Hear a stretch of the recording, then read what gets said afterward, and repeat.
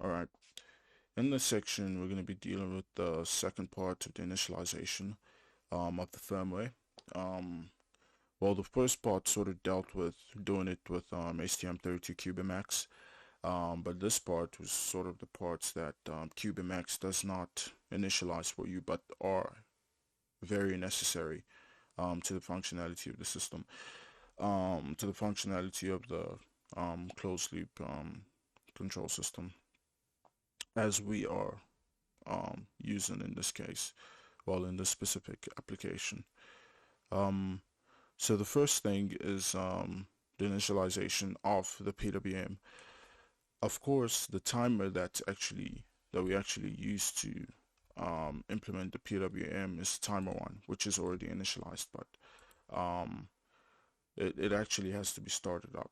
The PWM sequence has to be started. So actually, before I get into that, there was something I forgot from the last video, which was actually to do with the timer interrupts and timer 4.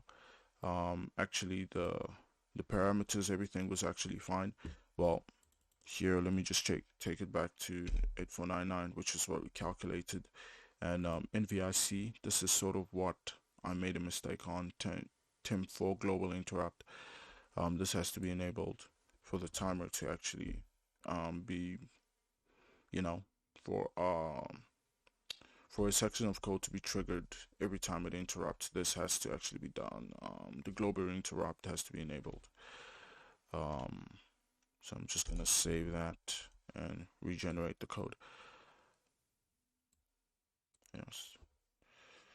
So like I said, it's very important that before you try anything in the system, you actually check that your PWM is giving you the frequency that you require. And in this case, I've set that up to be 100 kilohertz. So the first thing that you want to do is, and by the way, the libraries I'm using, the HAL libraries, I think it means hardware abstraction layer. I'm using the HAL libraries because they're already available and they're very, frankly, they're so convenient to use. So I'm gonna use them. And just in case you wanna see the other libraries for the HAL libraries, specifically for PWM timers, ADCs, etc. There isn't sort of like an application note, but it's more like a family reference manual. So you'd have to find one for your specific family, and it actually defines everything for you. Yeah, and you can actually type it into the code and actually go into the file that it's located in, where the function is actually defined properly, and you get an example of exactly how to use it. It's very useful, the how libraries. Okay, so let me just get started with the basic um, initialization here. So the first thing that you want to do is you actually want to initialize the PWM. You want to state how PWM start. To be honest, depending on the microcontroller background you're coming from, whether it be Arduino or Texas or PIC, I find it to be very useful to sort of try to not assume that the STM would operate like the other ones, because I imagine that the designers of this particular firmware, basically the way that you code the STM are different from the ones that did the other microcontrollers, so you can't really expect them to be the same in that sense. But anyway, this is the first thing that you want to sort of do, how to PWM start. Personally, for me, I come from a microchip background. That's how I started firmware. Coming into this, it was a little bit confusing, these terms, but as long as you just understand that this is what the STM32 requires, then everything else goes smoothly from that. Of course, the TIM, this signifies the timer that's been utilized, and this is actually the channel, TIM channel 1. And after that's done, basically you can set up a basic duty cycle. As stated in the previous video, the maximum value for this is actually 849. So to set up a duty cycle, the thing to do is let me just all caps. Let me actually make sure that everything is fine there. Okay. Alright, seems like that's where it should be. So you want to go to tem1,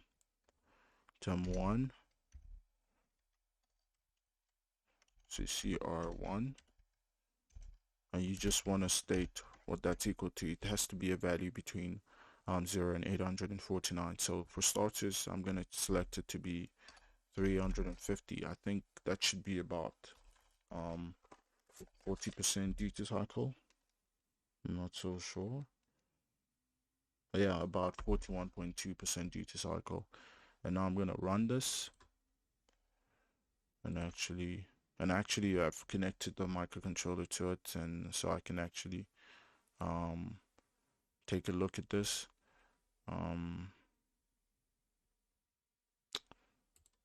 So I'm gonna change the view now to actually view the value on the oscilloscope,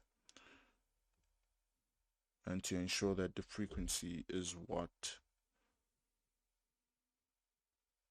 I selected it to be. Let me just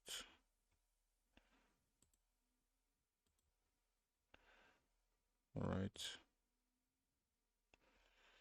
Let me just turn on the flash. All right, there it is. And as you can see in the bottom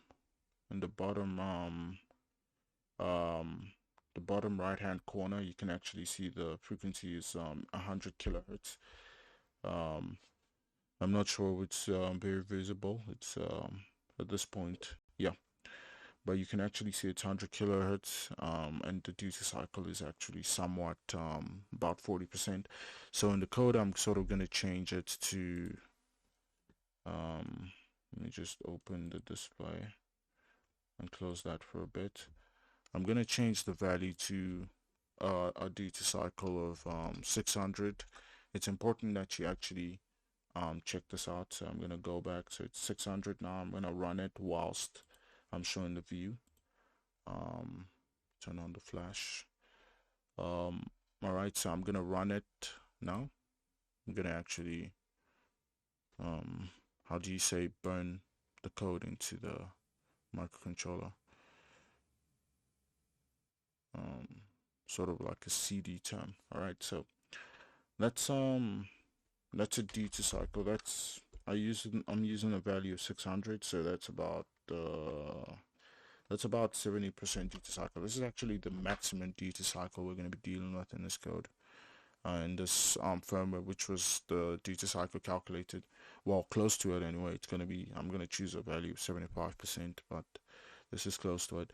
And this is something that you actually want to make sure of, that your system is outputting the duty cycle. So I'm just going to change this value to 800, 630, 640 to ensure that it can do the maximum duty cycle. So I'm changing the duty cycle to 75%, and it should change to 75%. The most important thing, of course, is it retains the duty cycle. Yeah, and that's about it.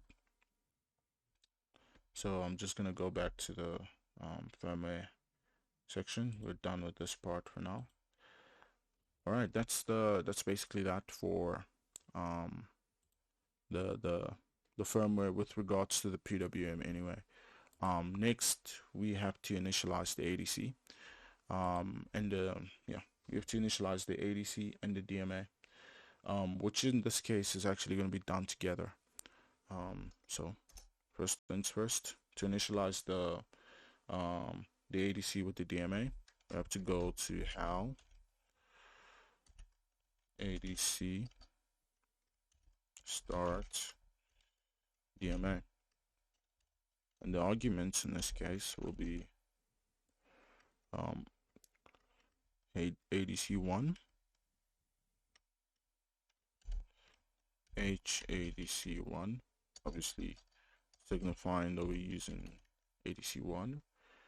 And then next would be unsigned int 32t,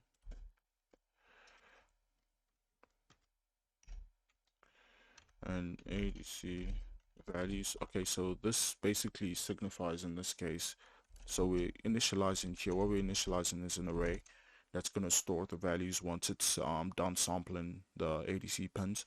In this case, the arrays are conveniently named at ADC values, and it's a 2-element array, and that's essentially what we're setting up in this case.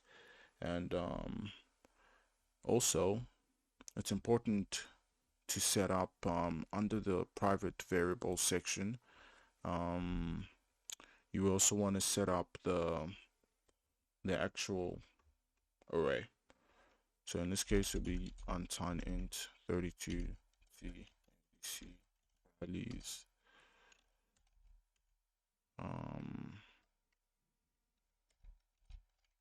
Two, and that's about it. That's very important.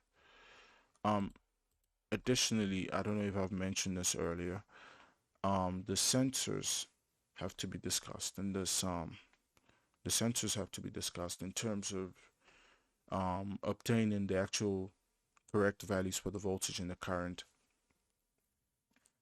So I have to discuss that as well, and in this particular case with regards to this ADC value, so as not to confuse things. And of course, you want to define the float, the actual, and we just initialize that to 0.0.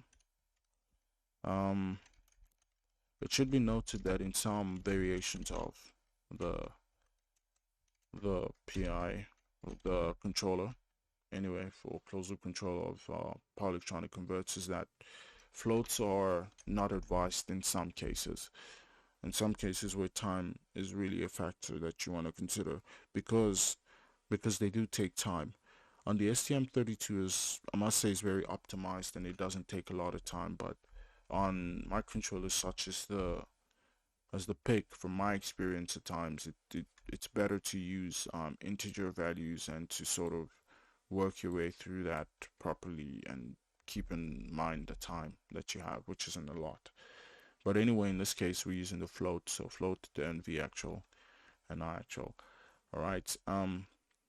In this case, the ADC has been initialized, and I can just, okay, actually, I should probably leave that there and change the duty cycle to something about 50% thereabout. Should be good. And also in this case, you want to initialize the timer interrupt as well, which in this case is initialized as follows. So it's going to be how temp base start interrupt, and sorry, in this case we're using timer 4, so it's going to be HTEM4. This actually enables the timer interrupt to get started, to actually start counting up, and then once it overflows, it's going to trigger the interrupt routine. And next we actually need a section for the interrupt routine, which in this case it might seem that it's not very intuitive, but it does make a lot of sense how you sort of have to set it up. You have to set up a whole function in itself for it. Just go down to the bottom there, and yeah. So the first thing you want to do is you want to set up the void hell, and remember, this is simply the way it is. This is simply the way it goes. So period elapsed call back, and in there you want to say temp handle top diff h temp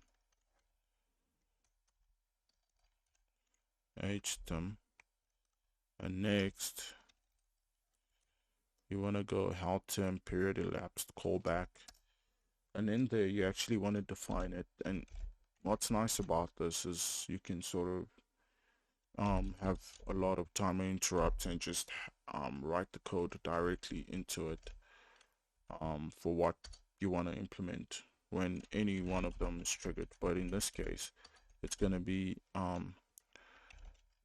HTEM4. Okay, that's wrong. And in here, you actually want to call whatever function that you're utilizing. In this case, we're going to be saying updating the v actual and the I actual values. So this is sort of the part of the video where I actually explain how we obtain these values. But first off, it's important to keep in mind that the ADC value samples, this is the analog to digital converter, and it gives you a digital value between 0 and 4095. But for the sake of simplicity, not to complicate everything, I'm just going to say 4096. And essentially what you want to do here is, so just a brief recap. So it comes once you've initialized the timer interrupt, you've started the counter in the beginning in the initialization. Once it overflows, it's going to execute this this code, and it's going to check the instance.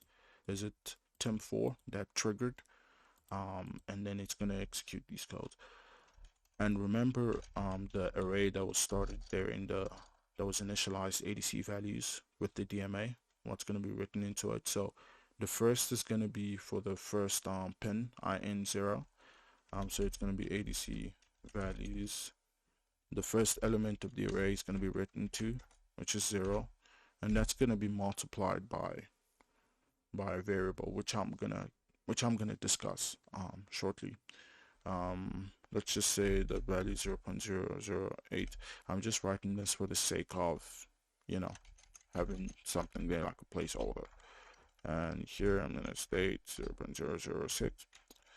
And for the actual, this is the second it's the second element of the array, which is gonna be element 1. First element is element 0. And now this is the part of the video where I pivot to the Word document, where I sort of explain from the perspective of the hardware sensor and the math required to actually implement, to actually understand the voltage value in the code, in the firmware. These two things are very important, and I cannot move on without them. So first off, let me just describe the schematic very quickly. So what you see here is the schematic of a basic buck converter. In this case, as implemented in this case, of course, you have the MOSFET, you have the diode, you have the inductor there. Now, this makes up the LC filter. This area that I circled here makes up the LC filter, low pass LC filter. So first off, you have the inductor, and then you have the capacitors. Of course, they're in parallel, 10 microfarads in parallel. That's 40 microfarads in total. And of course, in series with the inductor, you have what we have a shunt current sensor. And you have the shunt over there, and after that, you have a current sense amplifier. So what this does, it has a gain of 50, and then basically what it does is it's a differential current sense amplifier. So the voltage across it there, it amplifies that by 50, and then in the end you have that, and then that will give you actually the inductor current. This will be crucial later on for sort of like an additional aspect of it, but I don't want to get in too much into why there's a current sensor for the inductor right now. And of course, the output current sensor you have there, it's the exact same thing. There's a inductor on the output just to smoothen out the output current a little bit more. And what you have there is the same thing. You have a differential sense amplifier there across the resistor, which is acting as the current shunt, and it increases that by 50 volts, and that goes out to the microcontroller. And that essentially makes up what the current sensor is. Basically, it's Ohm's law. Current flows through the resistor. V equals to IR. That voltage is a very small value as a result of the small resistance, but that gets bumped up by 50 so that it can be sensed by the microcontroller. And depending on what resolution you want will determine what gain you choose for this value here. Of course, you have current sense amplifiers with specific gain. In this case, I'm using the INA INA 180, I believe. It's a current sense amplifier. Anyway, that's that. And for the voltage sensor, it's essentially essentially what you have is a how do I put it? It's a very simple. It's a resistive divider. So what you have is you have a big resistor and you have a small resistor. And essentially the voltage across the smaller resistor is what you're going to see on the microcontroller. And of course you have 10 picofarads, which serves as a to filter out the high frequency noise so that you don't get a lot of spikes on the pin of the microcontroller, even though you might have spikes on the output pin, on the output of the buck converter. So basically you have 100 kilo ohms here and 910. So in this case you sort of have it's taken down almost 10 folds, just underneath 10, just above 10 folds actually. That's what you get there. So basically if you have a voltage of 33 volts here, you have one of 3.3 volts here. This should give you an idea for what we're going for. But this represents the voltage sensor. So in essence, in summary, for the voltage sensor, you have a resistive divider, a big resistor, a small resistor, and a capacitor across the smaller resistor going to the microcontroller pin. And what you have for the, well, obviously in this case, I'm sensing the V input of the buck and I'm sensing the output of the buck. Sensing the input voltage of the buck is more applicable in the case of solar charge controller applications and battery charging applications such. In terms of the output, it's more practical for this example that I'm giving here. All right, and also for the current sensor, what it is in summary, I almost lost my way there. So in summary, for the current sensor, you basically have a shunt, and then you have an amplifier, basically a current sense amplifier, differential current sense amplifier to be specific.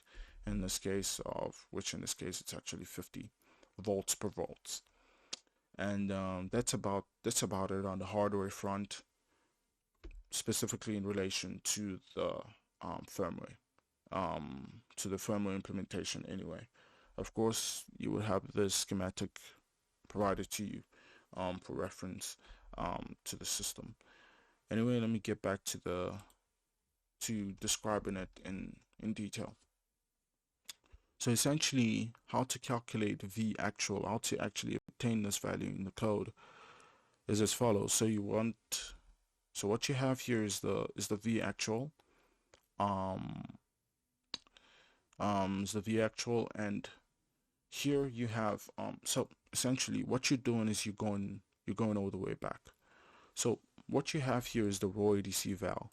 So in this case it will be ADC value 0, element 0, as stated in the firmware, and you have to divide this value by the maximum value that the ADC can actually read, which is 4096.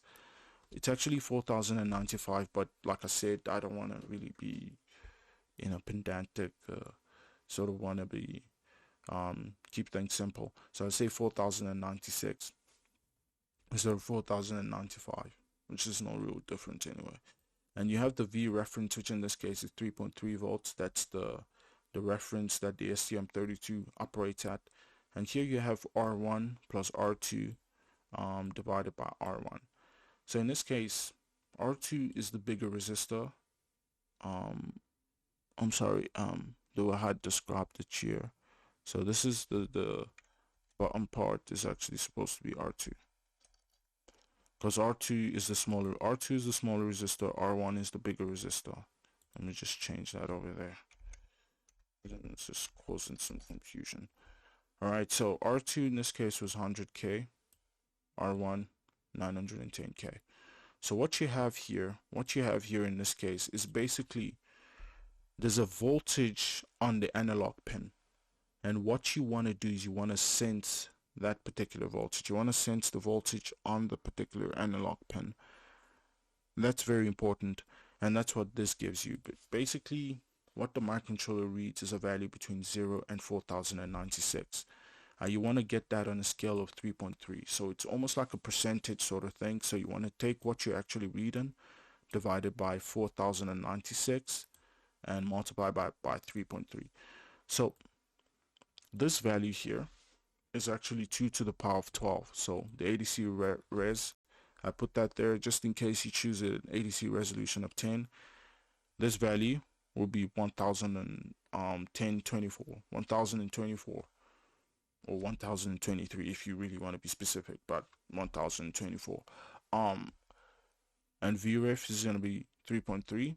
And now we get to R1. So like I said, R1 is 910, R2 is 100K, R2 is 100K. And that's basically what you get. So once you go down and you simplify it, so I just simplified it further because in the code you sort of don't want to be dealing with, you don't want to write this out in the code. It's going to take so much time, especially since it's a float. So you just sort of want to multiply it by one big float. And that's why I have this right here at the bottom there. So it's actually made up of 3.3 divided by 4096 multiplied by 910 plus 100 divided by 100K. That's sort of what you want to do. That's how you get the V actual value. And this is the direct formula for that. You have the VREF, you have that, you have R1 plus R2, and you have R2 over there. And yeah, that's about it. And of course, this part is to just get it back into the original state. So you can imagine, you can assume this is like sort of like a reverse voltage division. Reverse voltage division sort of thing. And that's what you want to do. That's what you want to preoccupy yourself with. And this is how you obtain the V actual. And so this value, I'm going to copy it, go back to the code,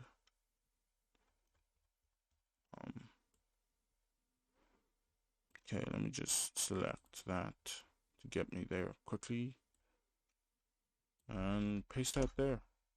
And that's it for the V actual. I'm going to save that, and I'm going to go back to the Word document. And now for the I actual, you have something similar. So remember I stated that you have the R shunt, and it gives you a voltage, and you actually amplify that voltage. So here what you have is, you do the first step, you get the actual voltage that you're reading on the microcontroller pin. So the voltage that you're reading on the microcontroller pin, what does it come to? What does it actually read on the voltage pin? So you get that value, and then you divide that by the amplifier gain. Because remember, you're trying to get the actual voltage across the resistor. And remember, what you're reading on the pin is amplified by the amplifier gain. So I think I'm skipping a couple of steps, but at first you want to get the voltage on the microcontroller pin, which is this raw ADC value divided by the maximum value that could be sensed, in this case 4096. You want to multiply that by the VREF, which is 3.3. Once you have that value, now you need to normalize that to the value that you actually sense on the amplifier. I'm sorry, you want to get that to the value that you're actually measuring across the resistor, across the R shunt. And how you basically get that is divided by the amplifier gain. So once you obtain that, you want to obtain the current afterwards. And how do you do that? You have the voltage now, so you need to divide by the resistance, which is that. I reiterate. First, you want to get the voltage on the microcontroller pin. Next, you want to get the voltage across the resistor, right? I.e. the voltage before amplification. So you need to divide by the amplification constant, amp gain. And then after you get that, you have the voltage across the resistor. You need to get the current flowing through it. And it's basically V equals to IR. In this case, I is going to be equals to V over R. You have the V, which is this, and then you have R, which is R shunt, which is that. And that's what you get, and then you can actually get the I actual. Alright, and the next stage is raw ADC val. You have that, then you actually multiply that. Of course, you have to separate it because you can't implement this in the code. It's just going to take a long time. You don't want to spend time doing that. Alright, so this is it broken down, the Vref divided by 2 to the power of ADC ref divided by the amp gain, and then R shunt, and that's what you get. And when you break it down further, you obtain that, and then that's what you get in the end. That's the float value that you multiply the raw ADC val by, and that's how you get your I actual. Alright, and just go back to the code, and then you copy that and you paste that. Of course, if you're working with 5 volts microcontrollers, you want 5 volts depending on your ADC resolution and depending on your amp gain of the current sense amplifier that you actually chose. You would select that to be that. And alright, let me get back to the code.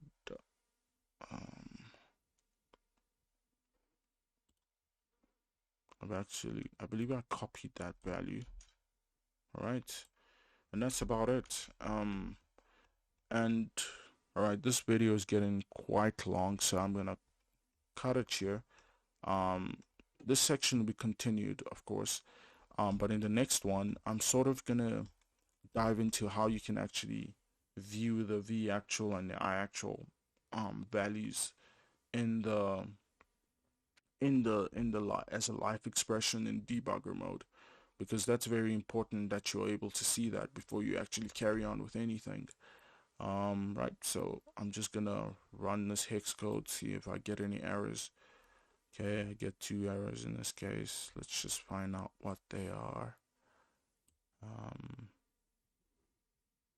HTM instance. Oh, sorry, as I'm missing something there. Let's look at the error. Invalid operand to binary. Okay, let me just correct that.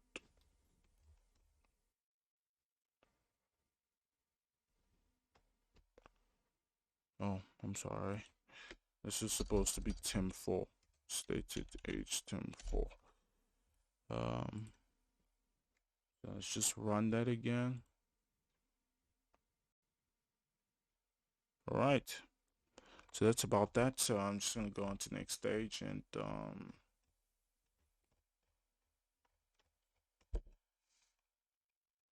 alright. So that's about it for this stage of the initialization. I'm sort of inclined to think that there isn't much more initialization up to this, but anyway, in the next section we'll get into the rest of it. Alright, see you in the next one.